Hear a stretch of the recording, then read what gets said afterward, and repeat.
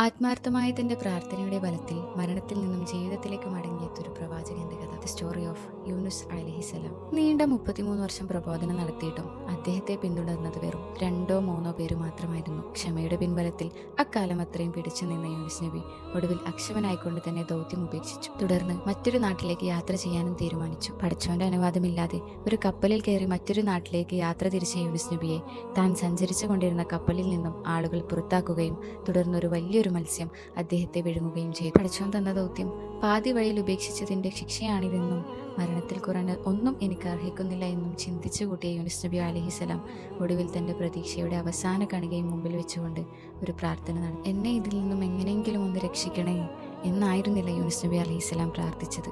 മറിച്ച് ഫനാദാ ഫിൽ ളുലുമാതി അൻ ലാ ഇലാഹ ഇല്ല അൻത സുബ്ഹാനക ഇന്നി കുൻതു മിനൽ ളാലിമീൻ.